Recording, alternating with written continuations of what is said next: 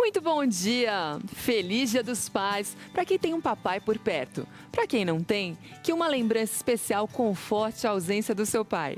A vida é assim mesmo, pessoal. E é preciso seguir sempre em frente, não é mesmo? E nós preparamos o Campo Vivo desta semana com muito carinho. Olha só! Sabe aquela faixa de terra na beira das rodovias? Um projeto aqui no Paraná permite que a área seja semeada. Essa ferinha é um gato maracajá. Ele foi resgatado em Arapongas. E essa onça parda apareceu no oeste do estado. O IAT orienta sobre como agir quando esses animais estão por perto. Você começa a acompanhar hoje uma série sobre a importância das sementes para o agronegócio. E vai acompanhar a movimentação do mercado com o especialista Ismael Menezes. Mudança de hábitos de consumo revelam compras mais saudáveis nos supermercados. Você conhece a mini galinha? Ela está se transformando em novo pet nacional. Sim, meus amigos, aqui no Campo Vivo tem muita informação técnica, analítica e as novidades e curiosidades do setor também. Então, se ajeite por aí, porque o programa já começou.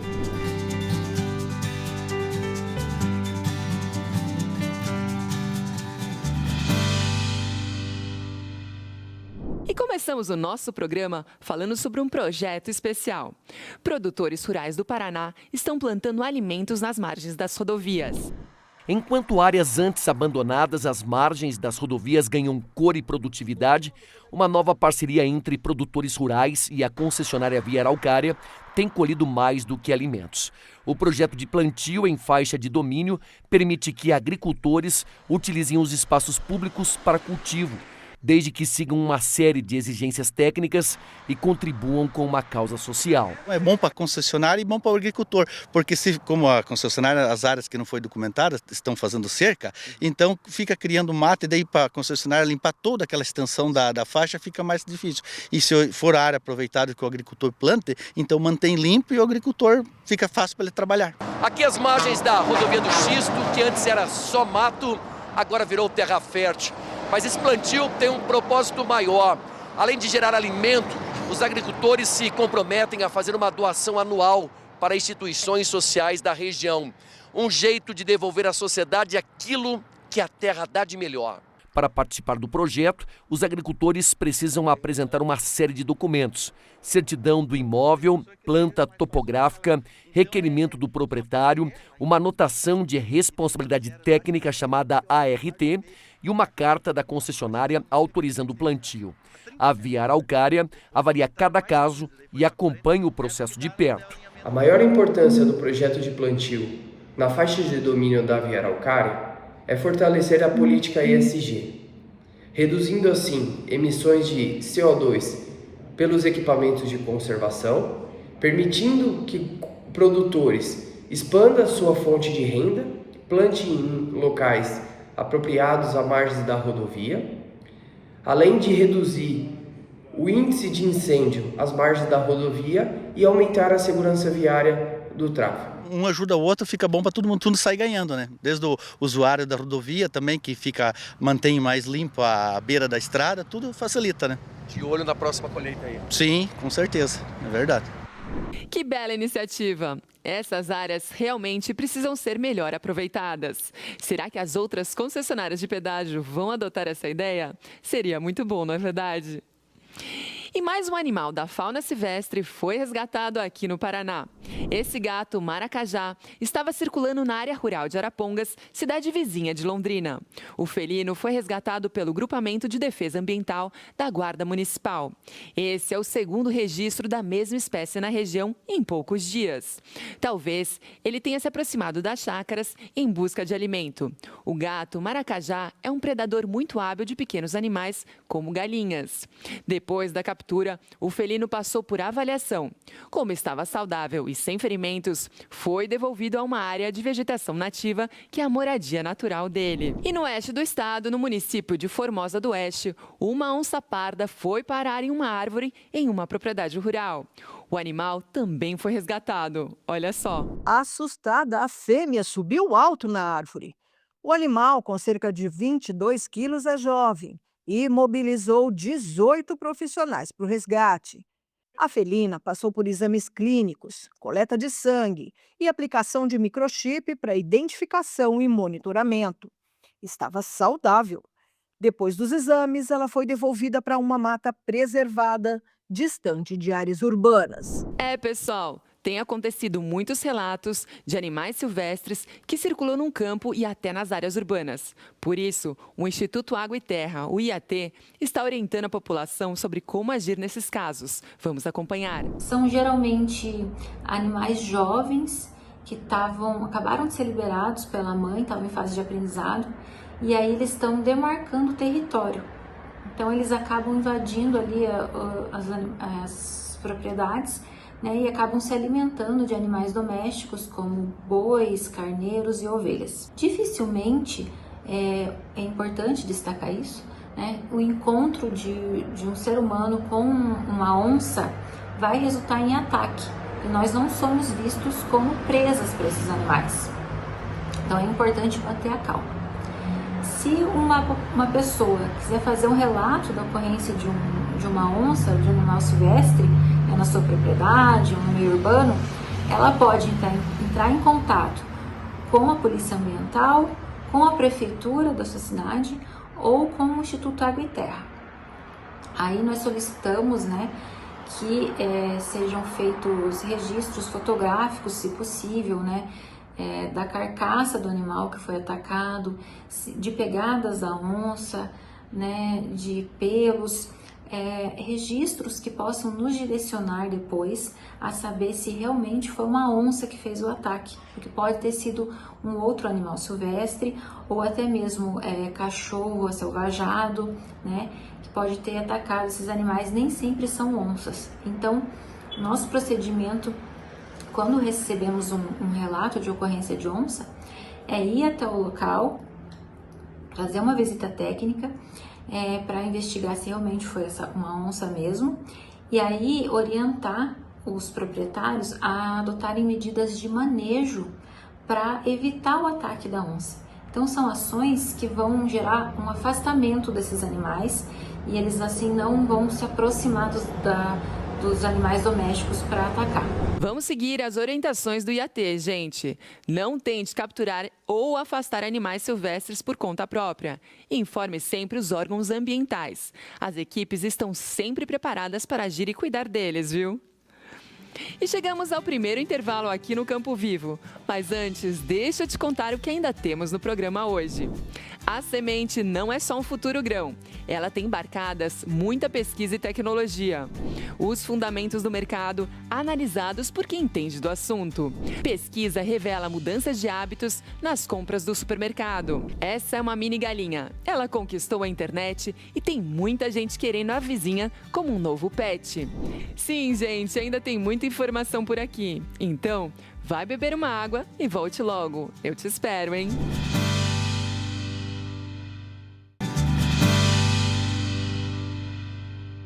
O Campo Vivo está de volta. Você sabe, aqui tem sempre tudo o que você precisa e muito mais.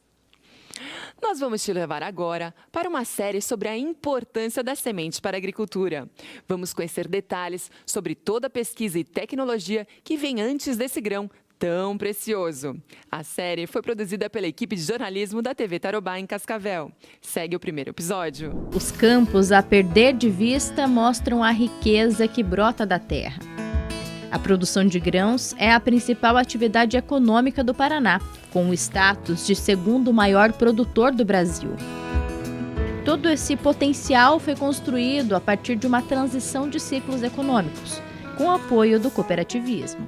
O oeste do Paraná teve a primeira atividade econômica, que foi a extração da erva mate. Depois veio a extração da madeira, e quando nós começamos o ciclo agrícola no oeste do Paraná, as cooperativas tiveram papel fundamental.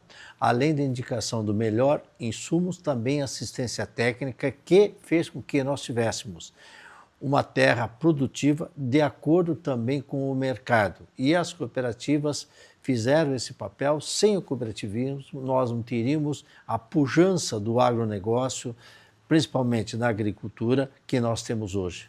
Uma imensidão que começa minúscula. tudo tem início na semente. Esse pequeno tesouro, esculpido com muita pesquisa e trabalho intenso. A trajetória de sucesso da agricultura paranaense está intrinsecamente ligada à evolução da indústria de sementes. Um setor que, nas últimas décadas, passou de uma atividade tradicional para um inovador processo de ciência e tecnologia.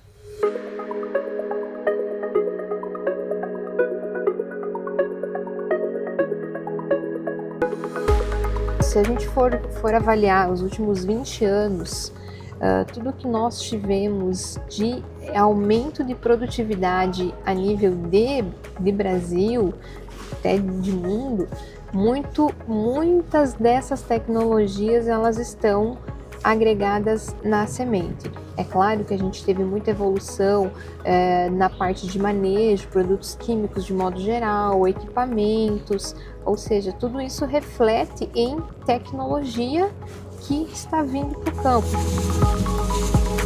O impacto no volume produzido foi nítido. Nos últimos 50 anos, o Brasil saiu da condição de importador de alimentos para se tornar um grande provedor para o mundo. Em 1975, a produção nacional saiu de 38 milhões de toneladas para mais de 330 milhões na safra atual. Marco tem os olhos voltados para o futuro, sem esquecer o passado que o pai construiu. Ele dá continuidade ao cultivo de grãos nas terras da família e sabe que as primeiras sementes foram importantes, mas a evolução desse mercado trouxe muito mais prosperidade. De alguns anos, ou vários anos atrás, quando meu pai, por exemplo, iniciou a fazenda, na década de 60, mais precisamente em 68, a produtividade era de 50, 60 sacos por alqueire, né? Hoje nós temos áreas aqui que produzem média de 210, 215 sacos por alqueire. Então, existiu uma evolução muito grande, né? Até o que é interessante está ligado com o que o Brasil produzia, o crescimento populacional do mundo, né? E hoje a gente tem uma área, 6, 8% da área do Brasil hoje dedicado ao plantio de grãos, e a gente teve essa expansão de 60 para 210, 215 sacos por alqueire. Então isso conseguiu suportar, querendo ou não, a alimentação ao redor do mundo, né? E o Paraná sabe aproveitar as janelas de oportunidade que surgiram a partir disso, fazendo nascer das sementes muito mais do que apenas grãos.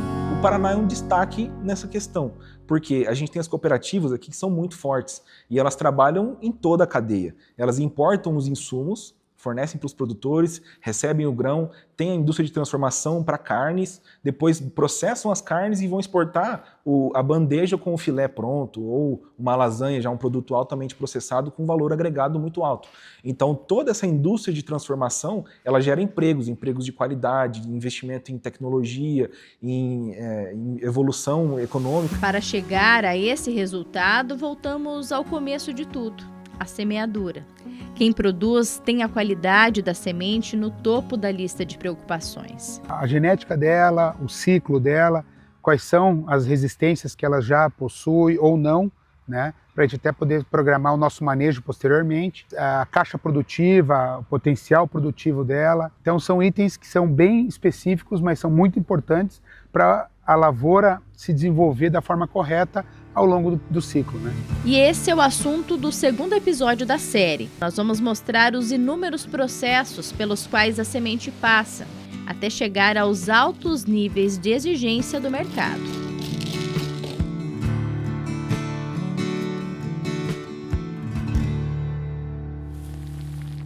Que maravilha, pessoal! Eu reforço o convite. Não perca os próximos programas para assistir às outras matérias da série. A gente espera, hein? Pessoal, os Estados Unidos podem ter uma safra recorde de milho, acima de 400 milhões de toneladas. E esse resultado pode pressionar também os preços da soja. Vamos acompanhar agora a análise do especialista Ismael Menezes em relação a esse cenário. É a hora do nosso quadro Em Dia com o Mercado.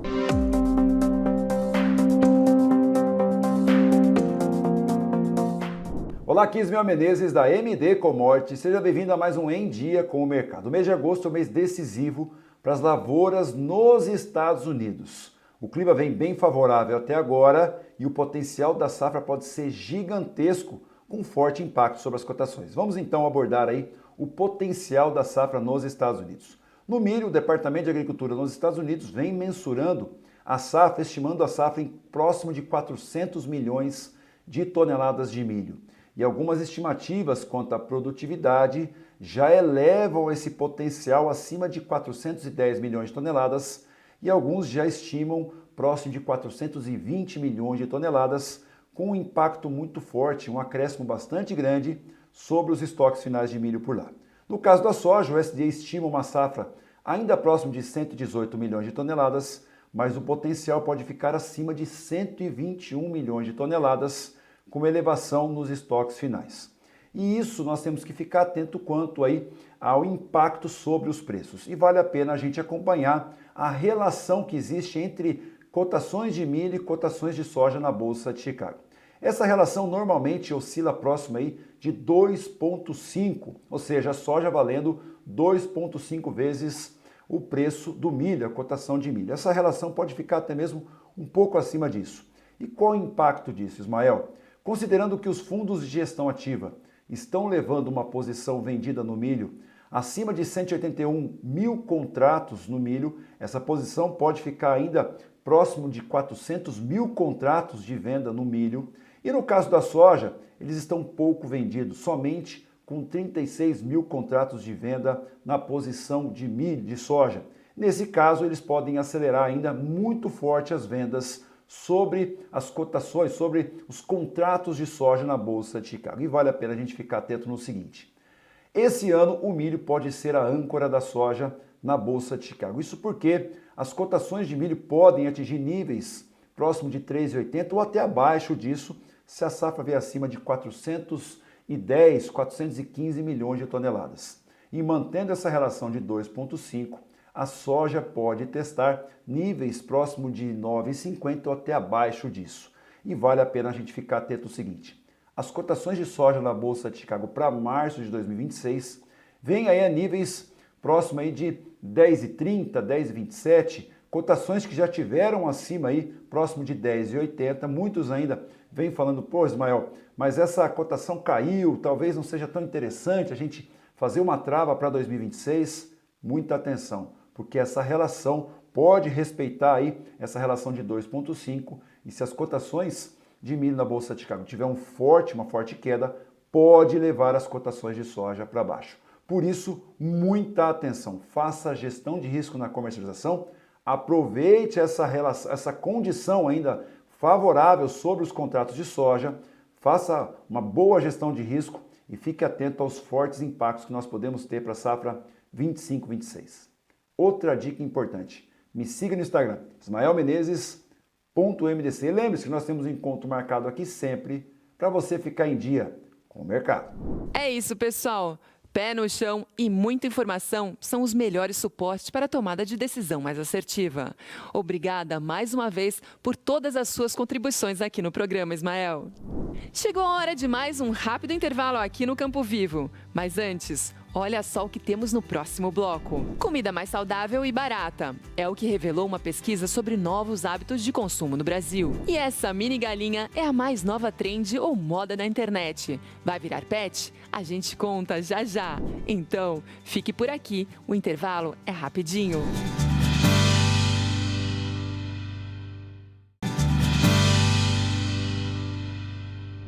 E olha, gente, o Campo Vivo voltou aqui na sua tela. Vamos em frente, porque ainda temos muito mais informações para você. E o tarifaço norte-americano começou a valer na quarta-feira. Mesmo com mais de 700 produtos fora da sobretaxa, há setores no Brasil que podem ser muito impactados. Vamos acompanhar na reportagem. 40% de tudo que chega nesses grandes galpões vão para os Estados Unidos. Remédios, frutas, eletrônicos. Nas últimas semanas, o desafio foi organizar o grande aumento da demanda. É que os produtores anteciparam as exportações para fugir do tarifaço. Alguns clientes já tiveram contratos cancelados com os americanos. Se esse volume cair e a gente não conseguir repor, a gente precisa encontrar formas de reduzir os custos, enxugar gastos. Aqui nessas caixas térmicas estão 2 dos produtos que mais vão sentir o impacto do tarifaço: carne bovina e pescados. Os Estados Unidos são o segundo maior comprador da carne brasileira. Produtores já buscam novas alternativas no mercado externo, mas fechar negócios num tempo tão curto não é algo simples. Para abrir um novo mercado demora meses ou anos, depende do país e depende do produto. Você vai ter que negociar preço, condições de pagamento, frete, logística. É o caso do açaí, fruto típico da Amazônia. Só o Pará exportou 8 toneladas no ano passado, 40% foram para os Estados Unidos. Agora, o tarifaço de 50% pode prejudicar mais de 300 mil produtores e causar desemprego na região norte do país. Ficou muito ruim para as indústrias paraenses porque o mercado estava crescendo muito, né? Os produtores em si, todo mundo está preocupadíssimo com isso. Outro setor que já sentiu os efeitos do tarifaço é o da madeira, responsável por quase 200 mil empregos no Brasil. Quase 40% do que o Brasil exporta vai para o mercado americano. O Brasil acionou a Organização Mundial do Comércio contra o tarifaço de Trump. Seguramente haverá desemprego, até porque muitas das empresas que estão afetadas pelo tarifaço, ela tem como atividade central a exportação para os Estados Unidos. E setores grandes, importantes no Brasil, é o caso do café, é o caso da carne, é o caso de algumas frutas. A expectativa agora é de que as altas taxas sejam reduzidas na mesa de negociações. Vamos acompanhar, pessoal. Uma pesquisa revelou que boa parte da população mudou a preferência na hora de fazer compras no supermercado. No último ano, foram incluídos produtos mais baratos e saudáveis. Vamos acompanhar na reportagem. As compras no supermercado andam diferentes para muita gente. Mudou um pouco. Passei a dar uma escolhida nos preços. Uma pesquisa recente da Associação Paulista de Supermercados mostrou que 7 a cada 10 brasileiros admitem alguma mudança de hábito na hora das compras no último ano. Os carrinhos estão ficando menos parecidos com esse aqui e se aproximando mais deste aqui. Para a maioria, a prioridade agora é consumir produtos mais saudáveis. Porque comida industrializada não faz muito bem, né? Aí você vai vendo que você vai engordando, a saúde vai piorando, então a gente acaba comprando mais legumes. Acho que a gente melhorou um pouco nessa parte, assim. Tento usar um açúcar de boa qualidade e que não prejudica a digestão. A conveniência é levada em conta para 54% dos entrevistados, como comprar itens para animais de estimação no mercado, por exemplo. Mas não tem jeito. A economia também é determinante. 35% das pessoas dizem fugir das marcas mais caras. Além disso, o ovo e o frango substituíram a carne para 23% dos clientes. Conforme vai aumentando, a gente vai procurando algo que seja mais econômico para nós, né? Para esse economista, a inflação explica algumas trocas, principalmente de carne bovina, azeite e café. Mas a tendência é melhorar. Os preços tendem a desacelerar em função de câmbio, em função de safra, em função de melhores pastos. Gente, o campo procura se adaptar ao calendário sazonal imposto pelo clima e muitas vezes também pelo mercado. Por isso, a procura maior por produtos do agro pode estimular o aumento na produção, o que é ótimo, não é mesmo? E você, já ouviu falar em uma mini galinha? A raça Cerama ganhou as redes sociais depois que o vídeo viralizou. E o ovo custa uma verdadeira fortuna. Olha só. Considerada a menor galinha do mundo, essas aves curiosas são da raça Cerama. Elas chegam a no máximo 15 centímetros de altura. São quase do tamanho de uma latinha de refrigerante. A espécie viralizou nas redes sociais nos últimos dias por causa deste vídeo.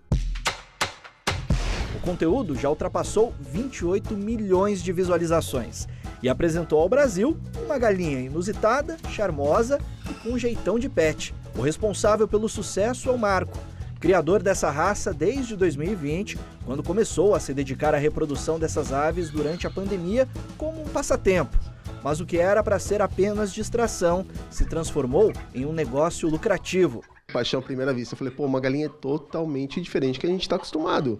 Por causa desse peito dela, tudo, o tamanho muito pequeno. E aí já saí em coisa de 2 horas, eu já estava com um casal aqui dentro. A Cerama é reconhecida como a menor raça de galinha do planeta. Ela surgiu na Malásia nos anos 70 e chegou ao Brasil em 2017. Desde então, ganhou espaço entre criadores e colecionadores no mundo inteiro. E a gente não tem por aqui apenas as menores galinhas do mundo. Essa aqui, ó, é a Julie, ela já recebeu o título de menor galinha do Brasil. E esses animais têm chamado bastante atenção de adultos e crianças, tanto que têm sido comercializados até como animais de estimação. Por ser um animal exótico e muito manso, e o barulho é muito baixo que elas fazem em relação até a um garnizé, uma galinha comum. Hoje, a criação do Marco em Pindamonhangaba já soma mais de 170 aves. Ele vende ceramas para diferentes estados do país, tanto para quem quer começar a criação, quanto para quem busca um pet fora do comum. Uma dúzia de ovos pode chegar a R$ 3.000 no mercado especializado. Mas o investimento exige estrutura.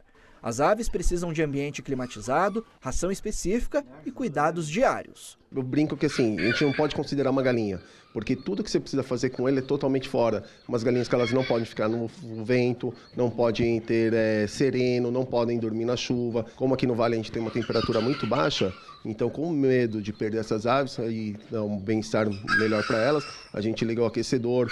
Os ovos também a gente que tem que fazer viragem todos os dias, que a gente põe uma vez por semana na chocadeira. Pequeno no tamanho, mas grande no potencial. A Cerama virou sensação nas redes e nos criadouros. Prova de que até no mundo das galinhas tem espaço para inovação e um toque de fofura. É isso mesmo, gente. Tem espaço no agro para todo tipo de mercado, até para mini galinha pet. Só um alerta: para ter qualquer animal é preciso ter também espaço adequado e condições para criar com dignidade. Não pode levar para casa e depois abandonar. Combinado? Acabou, pessoal! O Campo Vivo de hoje termina aqui. Mais uma vez, a gente agradece a sua audiência e o carinho da sua companhia. Mas não fique triste não. Domingo que vem tem mais Campo Vivo, sempre a partir das 7h30 da manhã, comigo, Luli Barbeiro. E é claro, eu te espero. Um feliz Dia dos Pais a todos. Até o próximo domingo. Tchau!